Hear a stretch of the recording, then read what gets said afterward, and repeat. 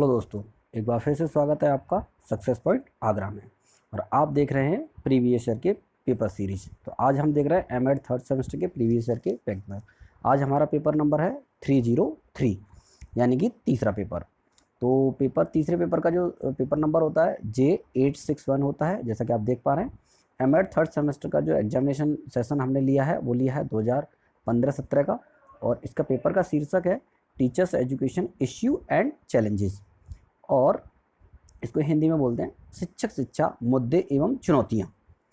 तो paper number 303 जो आपका है, इसका शिक्षक शिक्षा एवं मुद्दे एवं चुनौतियाँ, ये आपका 3 घंटे का होगा और इसके लिए आपको 80 अंक के लिए डिवाइड है। इसमें आपको ऑल क्वेश्चन करने होंगे। इसमें आपके 15 क्वेश्चन आते हैं 5 यूनिट में डिवाइड होकर। प्रत्येक यूनिट से आपको एक क्वेश्चन करना होता है, यानी कि 5 क्वेश्चन अटैम्प्ट करने हैं, और सभी प्रश्न जो है समान अंक के हैं, जैसा कि लिखा हुआ है, यानी कि 16 अंक का। तो आइए आते हैं यूनिट नंबर फर्स्ट पर। तो यूनिट नंबर फर्स्ट में हम लोग देखेंगे कि इसमें पहला क्वेश्चन आपको क्या दिया हुआ है। पहला क्वेश्चन दिया रखा है आपको, what do you know about national education policy 1986 through light on the recommendation of national education policy of teachers education. अर्थात राष्ट्रीय शिक्षा नीति 1986 के बारे में आप क्या जानते हैं। अध्यापक शिक्षा हेतु राष्ट्रीय शिक्षा नीति की संस्तुतियों पर प्रकाश डालिए। इसी तरीके से आपका क्वेश्चन नंबर 2 है, explain the basis competition which are needed to be developed among teachers. शिक्षकों में किन मुख्य दक्षताओं का विकास करने की आवश्यकता है, व्याख्या कीजिए। और इसका प्रश्न नंबर 3 आया हुआ है, describe the role of NCTE for the development of teachers education. अर्थात अध्यापक शिक्षा के विकास में राष्ट्रीय अध्यापक शिक्षा परिषद एनसीटीई के कार्यों का विवरण दीजिए। ये आपका यूनिट नंबर फर्स्ट कंप्लीट हो गई। अब इसी तरीके से हम देखेंगे यूनिट नंबर सेकंड कि आखिरकार यूनिट नंबर सेकंड में आपका क्या है। यूनिट नंबर सेकंड में पहला क्वेश्चन है, what is the eligibility criteria for the recruitment of teachers, give suggestion of national policy of education. अर्थात अध्यापकों की भर्ती के लिए आवश्यक कसौटियाँ क्या हैं, राष्ट्रीय शिक्षा नीति के सुझाव दीजिए। आपको जैसा कि आपने पहली यूनिट में देखा, उस पहली यूनिट में से आपको 3 में से एक क्वेश्चन करना था। ऐसे ही इस यूनिट नंबर सेकंड में भी आपको 3 क्वेश्चन रखे हैं, 4, 5, 6, इनमें से आपको एक प्रश्न करना है। अब आप देखते हैं प्रश्न नंबर 5। तो प्रश्न नंबर 5 में आपका क्या कह रहा है, what is the service and working condition of teachers in India, right in detail. Bharat में अध्यापकों की सेवा एवं कार्य की दशाएं क्या हैं, विस्तार पूर्वक लिखिए। ये प्रश्न आपके लिए बहुत ही महत्वपूर्ण है। इसके बारे में आप अगर टीचर हैं तो वैसे ही लिख सकते हैं, इसके लिए अगर आपने तैयारी नहीं की है तो भी लिख सकते हैं, लेकिन फिर भी आप इसका बेहतरीन तरीके से तैयारी कर लीजिए, बहुत आसान हो जाएगा। अब देखते हैं क्वेश्चन नंबर 6। तो क्वेश्चन नंबर 6 आपका कहता है, describe in brief the method of selection of teachers of non-government and government school। सरकारी एवं गैर सरकारी विद्यालय में अध्यापकों के चयन की प्रक्रिया का संक्षिप्त विवरण दीजिए। और इसी यूनिट का क्वेश्चन नंबर 2 आपको कहता है, what are the norms of NCTE for teacher education programme at secondary school level, discuss. यानी कि माध्यमिक विद्यालय स्तर पर अध्यापक शिक्षा कार्यक्रम के लिए राष्ट्रीय अध्यापक शिक्षा परिषद एनसीटीई के क्या मानक हैं, विवेचना कीजिए।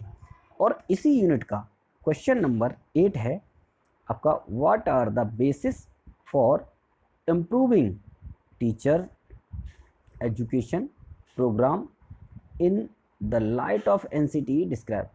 अध्यापक शिक्षा कार्यक्रम के सुधार के लिए राष्ट्रीय अध्यापक शिक्षा परिषद ने क्या आधार बताए, विवरण दीजिए। ये आपको 16 नंबर में करना है। इसी प्रकार क्वेश्चन नंबर 9 है, इसमें enumerate the quality of successful teacher and suggest some programme for preparing them. अर्थात एक सफल शिक्षक के गुणों का वर्णन कीजिए एवं उसकी तैयारी के लिए कुछ कार्यक्रमों का सुझाव दीजिए। यानी कि ये प्रश्न में आपको तैयार करना है। तो इस प्रश्न को तैयार करने के लिए बड़ा आसान रहेगा। आपको अपने गुणों की कि आदर्श टीचर्स में क्या क्या गुण होने चाहिए, उसे कैसे तैयारी करनी चाहिए, ये लिखना है। और यहाँ आपकी यूनिट नंबर 2 कंप्लीट हो जाती है। अब हम देखेंगे, सॉरी यूनिट नंबर 3 कंप्लीट हो जाती है। अब आप देखेंगे यूनिट नंबर 4।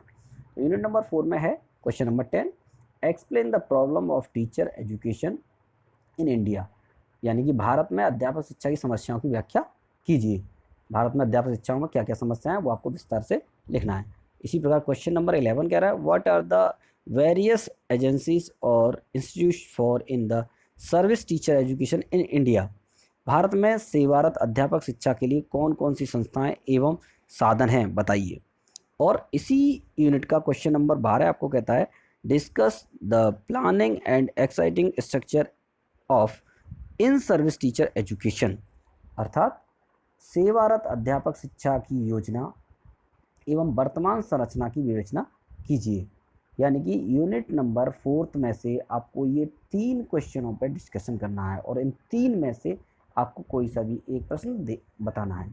ये प्रश्न तीनों बहुत ही आसान है जो कि आजकल हमारे सामने आते हैं, और अगर आप टीचर हैं तो आपके लिए ये प्रश्न बहुत ही आसान रहेगा। इसे आप आसानी से जवाब दे सकते हैं तीनों प्रश्नों का, और तीनों प्रश्न आपके 16-16 नंबर के हैं और बड़े आसानी से लिख सकते हैं। जैसे कि पहला प्रश्न आपको दे रखा है, भारत में अध्यापक शिक्षा की समस्याओं की व्याख्या कीजिए। ठीक है, तो इसको आप आराम से लिख सकते हैं। अच्छा, तो ये तो थी यूनिट नंबर 4 की बात। अगर हम देखें इसी तरीके से यूनिट नंबर 5 में, तो आखिरकार यूनिट नंबर 5 में आपको क्या मिलता है। यूनिट नंबर 5 में जितने भी क्वेश्चन हैं वो आपको 13, 14, 15 ये भी आपके 16-16 नंबर के हैं, और ये 16-16 नंबर के प्रश्नों को आपको बड़े आसानी से सॉल्व कर सकते हैं। यूनिट नंबर 5 में से आपको एक करना है और एक प्रश्न को आप बड़े आसानी से आंसर दे सकते हैं। अगर आप तैयारी कर रहे हैं सही से, तो इनको मैं कहता हूँ लिख लिख के तैयारी कीजिए तो ज़्यादा आपके लिए आसान रहेगा। चलिए आइए आते हैं यूनिट नंबर 5 पर, और इसका क्वेश्चन नंबर 13 देखते हैं। Write in brief the preparatory programme for professional development of teachers educators, अध्यापक प्रशिक्षक के व्यावसायिक विकास के लिए तैयारी कार्यक्रम का संक्षिप्त विवरण दीजिए। ठीक है ना। इसी तरीके से क्वेश्चन नंबर 14 होगा, what is the role of NAAC for assessment of teachers education institution, अध्यापक शिक्षा संस्थाओं के मूल्यांकन के लिए नेक की भूमिका पर प्रकाश डालिए।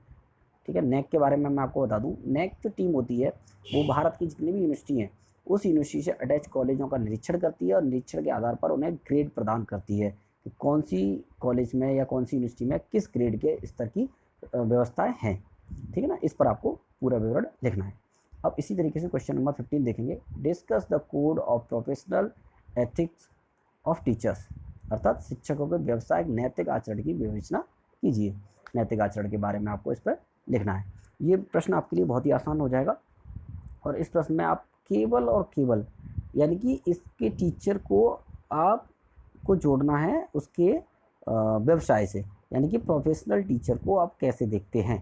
इस तरीके से आप अगर उसको व्यवसाय से देखते हैं तो व्यवसाय से देखते हुए उसके बारे में बड़े आसानी से लिख देंगे। लेकिन अगर मेरे सजेशन से आप देखते हैं तो इसमें आप ये वाला प्रश्न बड़े आसानी से कर सकते हैं, अध्यापक शिक्षा संस्थाओं के मूल्यांकन के लिए नेक की भूमिका पर प्रकाश डालिए। यानी नेक जो टीम होती है वो सारे कंपोनेंट्स देखती है कॉलेज के, कि कॉलेज में लाइब्रेरी है या नहीं है, कॉलेज में आपका प्लेइंग ग्राउंड है या नहीं है, यानी कि कॉलेज में टॉयलेट्स है या नहीं है, कॉलेज में आपके में स्टडी रूम है या नहीं है, कॉलेज में आपके में प्रोफेसर है या नहीं है, ये सारी चीज़ें आपकी देखती है।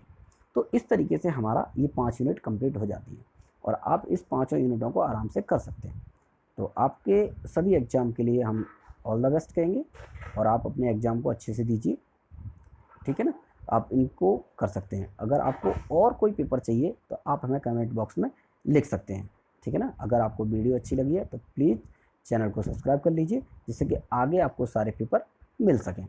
और मैं आपको एक और बात कहूँगा, जिन्होंने पेपर चैनल सब्सक्राइब कर लिया है या चैनल सब्सक्राइब कर लेंगे, उनको मैं इस सारे एमएड की सारी चीज़ें सॉल्व प्रोवाइड कराऊँगा, अगर आप कमेंट बॉक्स में मुझे लिखते हैं तो। इसी के साथ धन्यवाद।